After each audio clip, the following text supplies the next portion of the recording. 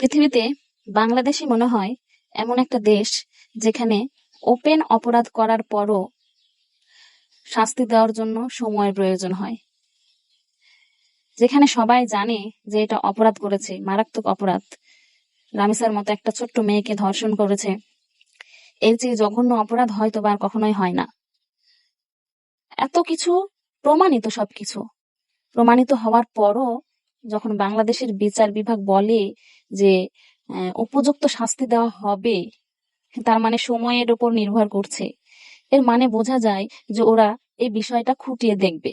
আসলে এগুলো খুঁটিয়ে দেখার কি আছে সেটাই বুঝলাম না। যেখানে ওপেন অপরাধটা করেছে, প্রকাশ্যে অপরাধ করেছে, সে স্বীকার করেছে, সেখানে এই ব্যক্তিকে জনগণের সামনে নিয়ে এসে আগুনে পুড়িয়ে মারা উচিত। আমার তো মনে হয় এর চেয়েও যদি কোনো কঠিন মৃত্যু থাকে সেটা তাকে দেওয়া উচিত। কিন্তু আফসোস বাংলাদেশের বিচারের ওপর, আফসোস বাংলাদেশের বিচারপতির ওপর, আফসোস বাংলাদেশের প্রধানমন্ত্রীর ওপর। ছি।